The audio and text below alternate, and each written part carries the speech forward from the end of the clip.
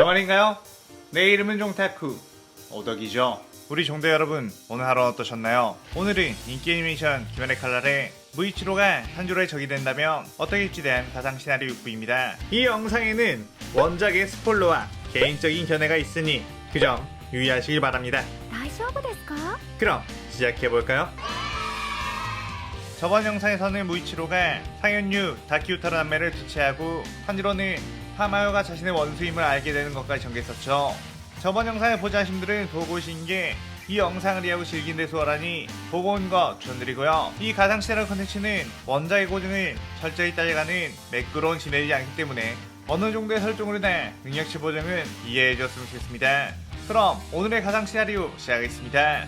탄지로는 무이치로를 마주치고선 곧바로 헤어오블 시연에 뛰어들어 공격을 했고, 무이치로는 순간 엄청난 위압감을 느껴 다레오브로 그 공격을 받아친 후 꽤나 놀랐죠. 오니가 되었다거나 하나 갑자기 이렇게 강해졌다고? 아예 예전에 썼던 검술이랑 다른데?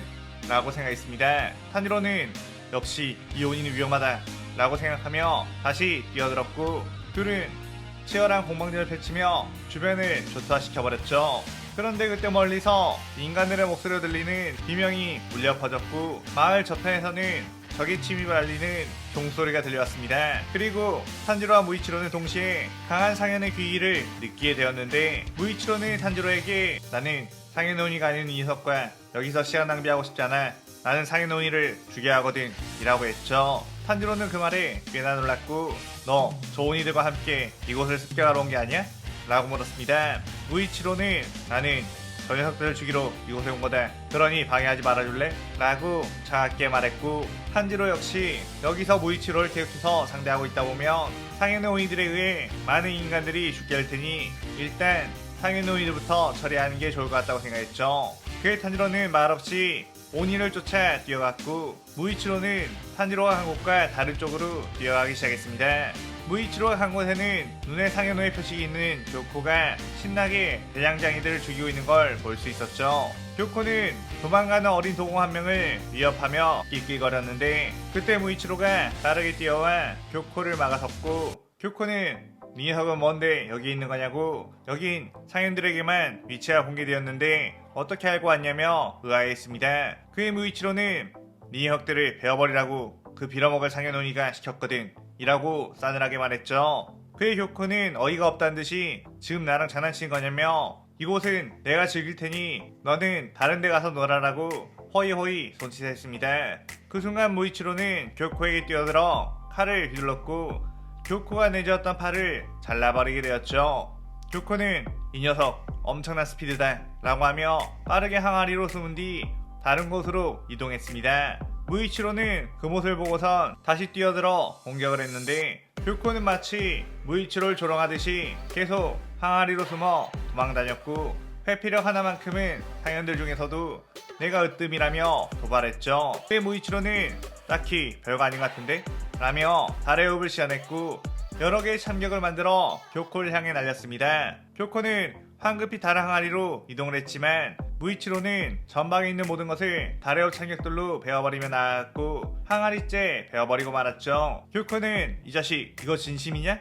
장난은 끝이다, 이제 제대로 상대를 해주지 라고 하며 완전체 모습으로 변신했고 수천 개의 마비 독침을 날렸습니다. 그의 무이치로는 그 독침들을 전부 튕겨내다가 갑자기 칼을 칼집에 집어넣은 뒤 피하기 시작했죠. 교코는 이게 뭐하는 짓거리냐? 라며 더욱더 많은 독침을 날렸는데, 무이치로는 마치 회피하는 연습을 한 듯이 그걸 전부 보고 피했고, 집중력이 강화될수록 그 독침을 여유롭게 피하게 되었습니다. 교코는 원거리 공격이 안된다면 근거리 공격으로 박살내주마 라고 하며 뛰어들어 주먹을 날렸는데, 무이치로는 발도를 하며 교코의 팔을 베어버렸고, 교코는 이 감각 예전에 코쿠시보에게 깝쳤을 때 배웠던 감각이랑 똑같아 라며 섬뜩한 기분이 들었죠. 무이치로는 너도 약하구나 라고 하며 그대로 칼 여러 번 휘둘렀고, 교코는 그대로 몸이 조각조각 베어져 버렸습니다. 교코는 이런 어린 꼬마 녀석에게 당하고 있다는 것을 믿을 수가 없었고, 네 녀석이 이러고도 부자님이 가만두실 것 같으냐며 소리를 쳤는데, 무이치로는 싸늘하게 걱정마, 그 녀석도 내가 베어버릴 거니까 이라고 한 뒤 교코의 목을 베어버렸죠. 한편 탄지로는 상인사 한탱구를 발견하고선 곧바로 뛰어가 해협으로 목을 베어버렸는데 한탱구는 분열되어 각기 다른 분신으로 되살아났고 4명까지 늘어나 탄지로를 공격했습니다. 그의 네즈코도 탄지로를 돕기 위해 튀어나와 분신들을 상대했는데 탄지로는 이 가까이의 오니들이 강하긴 하지만 아카자 정도까지는 아니란 것을 알았고 충분히 해볼만하다고 생각을 했죠. 그렇게 탄지로는 한탱구의 분신들의 수많은 혈기술을 내비친 세계로 전부 파악한 뒤 피해버렸고 빠르게 그들에게 접근해 해협으로 목을 베어버리며 나아갔는데 4마리의 목을 다 베었는데도 불구하고 소멸하지 않고 계속해서 되살아나 탄지로 네이코에게 공격을 했습니다. 탄지로는 몇 번이고 자신의 검으로 이 오니들을 베고 태워버렸지만 다시 되살아나는 것을 보고 분명 다른 비밀이 있을 거라는 생각에 그들의 기척을 집중했고 그들은 다른 오니들에게서 느껴지던 약점이 없다는 걸 알 수 있었죠. 약점이 없는 생물은 없기에 이건 분명 본체가 따로 있다는 걸 유추했지만 4마리나 되는 오니들에게서 벗어나 본체를 찾는 건 쉽지 않은 상황이었습니다. 그런데 그때 사랑의 옷 검술이 날아와 분신들을 베어버리기 시작했고 미츠리는 탄지로 쪽을 보고 탄지로에게도 매서운 공격을 날렸죠. 탄지로는 그 검술을 방어한 뒤 저는 적이 아니에요 라고 소리쳤고 미츠리는 잉? 그러고 보니 귀할 때 옷을 입고 있네? 라며 어리둥절하고 있었습니다. 탄지로는 이 오니의 본체는 따로 있고 그 본체의 목을 베어야 퇴치할 수 있을 것 같은데 당신은 강해 보이니까 그 오니들을 좀 상대해달라고 내가 본체를 찾아 목을 베겠다고 했죠. 미츠리는 확신에 찬 탄지로의 말에 얼떨결에 알겠다고 맡겨달라고 했고 탄지로는 최대한 빠르게 본체를 찾아 미츠리가 다치지 않게끔 하려고 했습니다. 그렇게 탄지로는 빠르게 한탱구의 본체를 찾아 나섰고 한탱구의 냄새를 집중하자 커다란 나무 틈에 숨어있다는 것을 알 수 있었죠. 그의 탄지로는 그대로 해협을 시연해 한탱구를 공격했고 한탱구는 어떻게 여길 찾은 거냐며 허겁지겁 도망가게 되었습니다. 탄지로는 놓치지 않겠다면서 본체를 따라 뛰어갔는데 그때 교코를 퇴치하고 온 무이치로가 앞에서 기다리고 있었고 한탱구는 그런 무이치로를 보고선 너 오니구나 빨리 저 자식을 막아줘 라고 소리쳤죠. 그의 무이치로는 한탱구를 보고선 씩 웃은 뒤 그대로 가차없이 목을 베어버리게 되었죠. 그렇게 다시 마주치게 된 탄지로와 무이치로 서로 말없이 바라보다가 동시에 각자의 홉을 시연해 뛰어들었고 둘은 치열한 공방전을 펼치게 되었습니다. 그 치열한 싸움에서 그 누구도 밀리지 않는 상황.